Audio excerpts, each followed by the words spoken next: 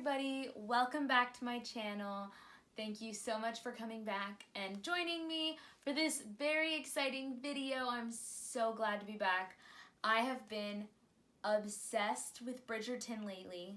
Obsessed. I watched the whole thing in, 2 days. So if you're interested in all things Bridgerton, we're gonna go over the costumes, my thoughts about it, and how you can incorporate the styles and trends into your wardrobe now.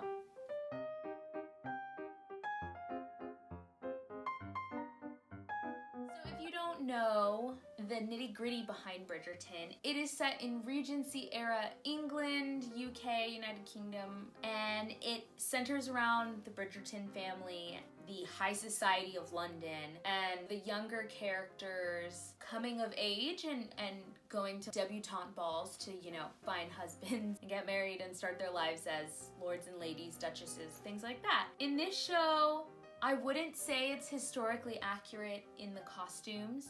I would not say it's like absolutely not accurate. There are a lot of things that are accurate. So it's kind of surprising to me that on every style website and even here on YouTube, a lot of people had a lot to say about the show's costumes. And as somebody who works in costumes and who understands the struggle that they went through to get those 8 episodes perfectly, I applaud what they did. I read in an article that they made over 7,000 costumes, and that is a huge feat considering it is period, because that means every background person has to be dressed the same. And if you have a color scheme and you can't find something to rent, then it has to be made. So I understand where the critics are coming from, but they made this show from scratch and it was meant to be entertaining, and it was entertaining. I loved the costumes. Were there bonnets like there would have been in that time? No. The fabrics were not what would normally be worn in that time period, as sewing machines had not been invented yet. Therefore, everything would have been done by hand. And that would mean that they wouldn't have been as embellished. It would have been similar to what Daphne wore a lot of the time, where it's very plain and simple. That is a lot more likely what they would have worn. But Bridgerton did it better by adding the embellishment. That was really just the icing on the cake to see people like Penelope.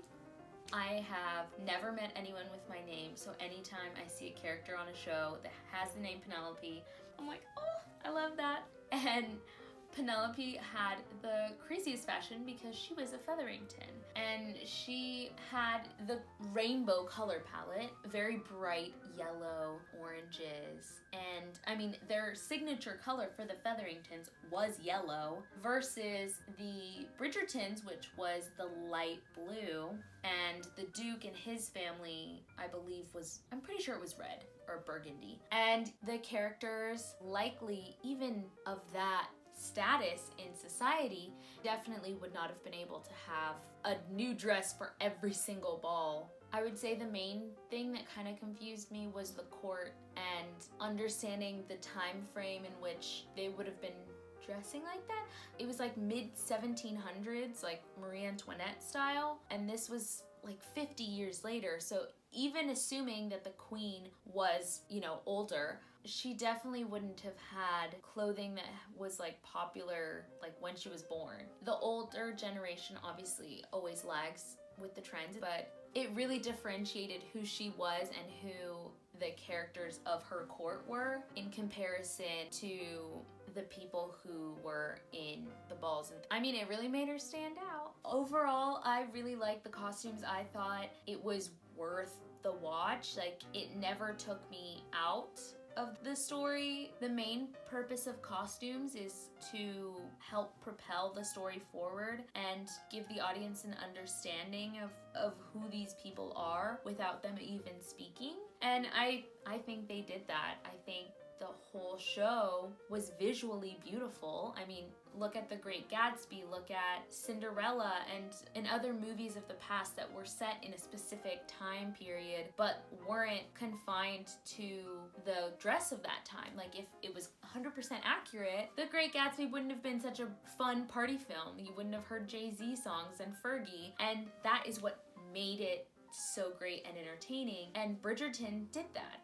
Okay, so now for the part that you have all been waiting for, that you are the most interested in. You want to know, how can I turn myself into Daphne, find myself a duke, and have a prince propose to me? Well, I'm not sure about the love part, but I do know a couple of trends that I saw from that show that you could incorporate now into your wardrobe to, you know, kind of take Bridgerton into the real world. So first things first, Regency era, 1810s, they were known for the empire waistline. That was the style of the time. That was what everybody wore. If you aren't as well versed in the vocabulary of fashion, empire waistline is when your dress would be fitted on top and directly under the bust, cinch in, and then be loose and flowy all the way down, all the way to the floor. I recommend looking at, you know, some of the newer brands that have come up with similar empire waistlines, but then it flares out, similar to what we saw on Ariana Grande. Not just that the waist is right under the bust, but also, you know, the little cap sleeve or the very straight across or low scoop neckline. It was also a big thing, and that's a great way to incorporate it without going too full-on period.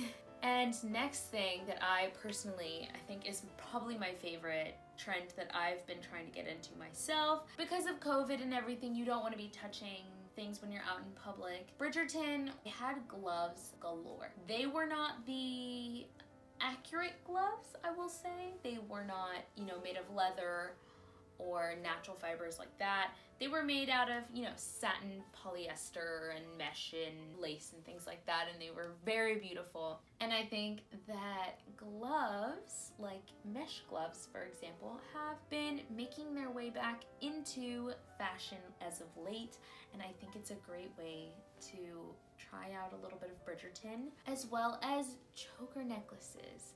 Specifically pearl necklaces. Like, pearl necklaces have been big as of late, especially this necklace right here, which is the Vivienne Westwood logo necklace, I would say. I got this one off of Amazon for super cheap, and I think that this style of pearl necklace, of the choker that's really chunky and that matches your earrings, that's over the top, is a great way to style Bridgerton fashions. I feel like incorporating the baby blue and the bright yellow is a really nice way to just, with color alone, feel like you're a part of the show.